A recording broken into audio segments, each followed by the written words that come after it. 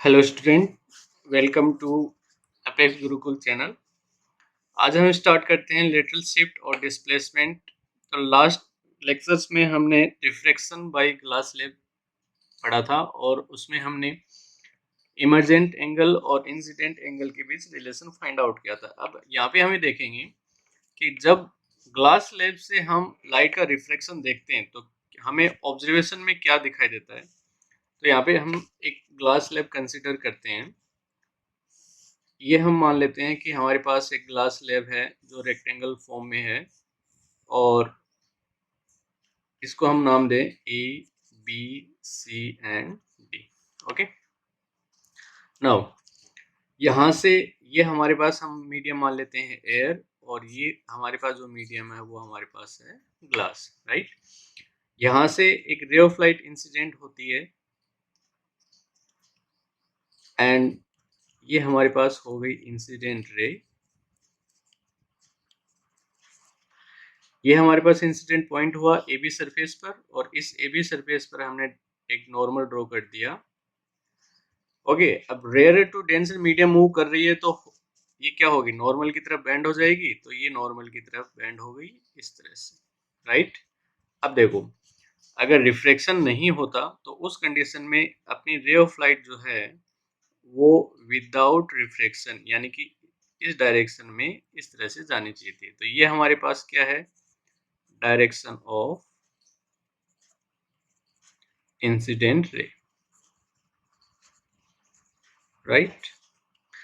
तो ये हमारे पास एंगल क्या होगा, एंगल ऑफ इंसिडेंस, और ये हमारे पास क्या होगा, एंगल ऑफ ये हमारे पास एंगल ऑफ रिफ्रैक्शन। तो ये एंगल, अब देखो यहाँ से रे ऑफ लाइट है वो इस डायरेक्शन से इतनी बेंड हुई, तो ये जो एंगल होता है वो एक तो आता है डेल्टा, या डेल्टा को हम बोलते हैं एंगल ऑफ डेविएशन, यानी कि इतने एंगल से रे ऑफ लाइट अपनी बेंड होगी।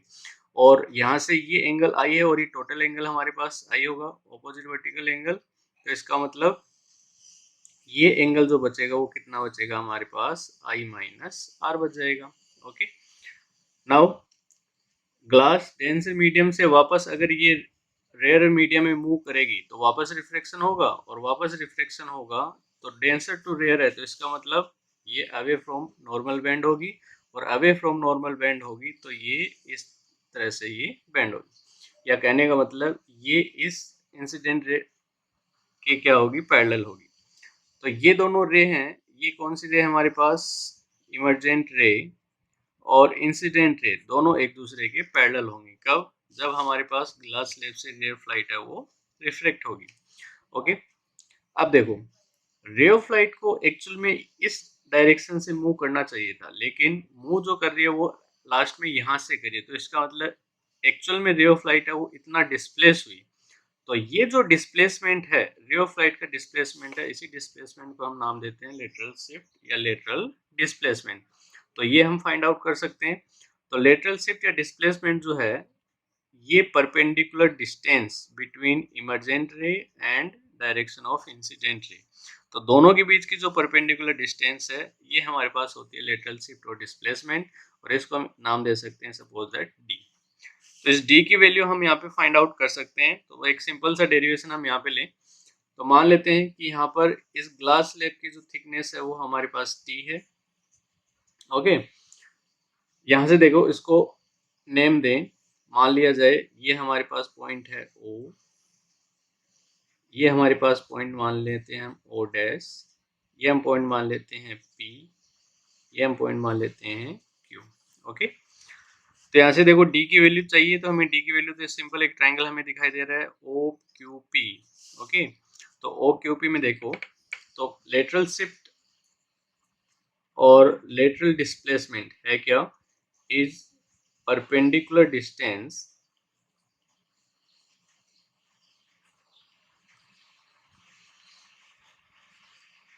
between emergent ray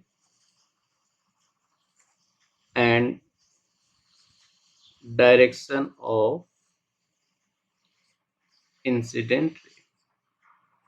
तो इन दोनों के बीच की जो परपेंडिकुलर डिस्टेंस है वो हमारे पास लेटरल शिफ्ट है। ओके, तो यहाँ से हम डी की वैल्यू फाइंड आउट करते हैं। तो देखो यहाँ से फ्रॉम ट्राइंगल OPQ।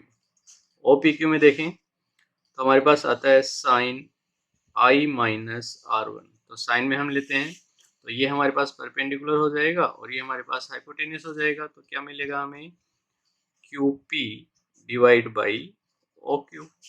तो QP जो है वो हमारे पास D है, तो QP इज इक्वल टू आता है OQ into sine I minus R। QP की वैल्यू है वो हमारे पास D है और तो OQ sine I minus R। अब यहाँ से हम OQ की वैल्यू फाइंड आउट कर लें तो हमें D की वैल्यू मिल जाएगी। तो OQ में देखें यहाँ पे ट्राइंगल हम यूज में ले सकते हैं OQO डैश या फिर OO डैश Q। तो यहाँ से हम इसकी वैल्यू OQ की वैल्यू फाइंड आउट कर सकते हैं। तो now from triangle OO dash Q, तो यहाँ से हमें क्या मिलेगा, तो देखो OQ की वैल्यू चाहिए तो ये हमारे पास परपेंडिकुलर हुआ, ये हमारे पास हाइपोटेन्यूस हुआ और ये हमें बेस गिवन है वो T की फॉर्म में। तो यहाँ से हम कॉस का रिलेशन फाइंड आउट, कॉस का रिलेशन ले सकते हैं। तो क्या जाएगा हमारे पास cos R। तो cos R हमारे पास क्या होता है, बेस अपॉन हाइपोटेनियस। तो बेस की जो वैल्यू है वो कितनी है, OO डैश, और हाइपोटेनियस वो हमारे पास OQ। तो OQ जो हमें मिलता है वो क्या जाएगा, OQ equal to OO dash कितना है T और डिवाइड में cos R, राइट। तो यहाँ से देखें OQ की वैल्यू आ गई। इक्वेशन 1 में OQ की वैल्यू पुट करें तो हमें D की वैल्यू मिल जाएगी। तो हमारे पास क्या आता है, so D equal to T divide by cos R और इंटू में साइन I माइनस R। तो ये हमें मिल जाता है लेटरल शिफ्ट का फॉर्मूला। तो यहाँ से हम T थिकनेस है वो किसकी है, ग्लास की थिकनेस है, ये हमें गिवन है। एंगल ऑफ रिफ्लेक्शन गिवन है, इंसिडेंट एंगल गिवन है, तो हम D की वैल्यू फाइंड आउट कर सकते हैं। अब अगर यहाँ से हमारे पास रिफ्रैक्टिव इंडेक्स गिवन है तो उस कंडीशन में D की वैल्यू किस तरह से फाइंड आउट कर सकते हैं, तो डायरेक्ट हम स्नेल लॉ अप्लाई कर सकते हैं। तो स्नेल लॉ से n जो होता है वो हमारे पास क्या होता है, sine I divide by sine R। Okay, तो यहाँ से अगर हमें I गिवन है या R गिवन है या n और I गिवन है तो R की वैल्यू निकाल के हम D की वैल्यू फाइंड आउट कर सकते हैं। और अगर हम यहाँ से लेटरल शिफ्ट की मैक्सिमम वैल्यू कितनी हो सकती है तो वो भी हम फाइंड आउट कर सकते हैं। मैक्सिमम लेटरल शिफ्ट, तो मैक्सिमम लेटरल शिफ्ट की वैल्यू अगर हम निकालें तो देखो यहाँ पे हमें साफ दिखाई दे रहा है, अगर हमारे पास cos R की वैल्यू 1 हो जाए, साइन I माइनस R की वैल्यू 1 हो जाए, तो उस कंडीशन में मैक्सिमम लेटरल शिफ्ट की जो वैल्यू है वो T के इक्वल हो जाएगी। तो इसका मतलब ये 1 कब होगा, जब R की वैल्यू क्या हो, 0 हो, और ये 1 कब होगा, जब I माइनस R यानी कि I की वैल्यू क्या हो 90 डिग्री और R की वैल्यू 0 है। तो इसका मतलब ये हुआ कि रे ऑफ लाइट है वो इस सरफेस के पैरेलल आए तो हमारे पास I की वैल्यू क्या हो जाएगी, 90 डिग्री हो जाएगी, और ये नॉर्मल के अलोंग क्या हो जाए, बेंड हो जाए। तो उस कंडीशन में हमारे पास मैक्सिमम डिस्प्लेसमेंट या शिफ्ट जो है वो हमें कितना मिल जाएगा, T के इक्वल हो जाएगा। ओके, तो इसका मतलब अगर हम कहें if R equal to 0 degree and I equal to 90 degree, तो I की वैल्यू 90 का मतलब ये सरफेस के पैरेलल आ रही है, और R की वैल्यू 0 का मतलब ये नॉर्मल के अलोंग मूव करेगी। तो उस कंडीशन में लेटरल शिफ्ट क्या होगा, then sine I minus R ये किसके इक्वल आ जाएगा, 1, एंड cos R इसकी वैल्यू भी 1। सो मैक्सिमम शिफ्ट या डिस्प्लेसमेंट जो हमें मिलेगा वो किसके इक्वल मिल जाएगा, T के इक्वल मिल जाएगा। ओके, तो इस रिलेशन का यूज करके हम किसी भी ग्लास स्लैब में रे ऑफ लाइट है वो कितनी डिस्प्लेस हो रही है, एक्चुअल डायरेक्शन से कितनी डिस्प्लेस हो रही है, वो हम इजीली फाइंड आउट कर सकते हैं। और यहाँ से भी हम एक रिलेशन ये भी देख सकते हैं, देखें साइन I माइनस R, तो I माइनस R है वो क्या हमारे पास, एंगल ऑफ डेविएशन, यानी कि जिस एंगल से रे ऑफ लाइट बेंड हुई है वो एंगल ऑफ डेविएशन। तो इस एंगल की वैल्यू भी हम फाइंड आउट कर सकते हैं by using this relation. Okay, thank you.